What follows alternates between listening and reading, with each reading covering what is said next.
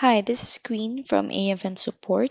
In this video, I'll be showing you how to get your API key for SendGrid. So, of course, you have to log into your SendGrid account. Once you're already logged in, you just have to click on the drop down arrow right beside settings on the lower left hand side. And from there, you'll be able to access the API keys.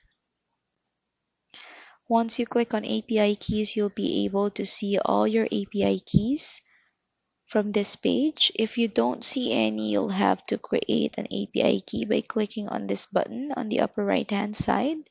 And please fill out all the needed information.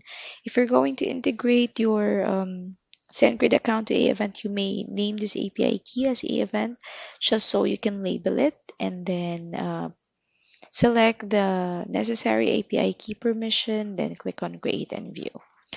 And that's how you get your API key for SendGrid. If you have any questions, feel free to contact support. And that's all for this video. See you on the next one.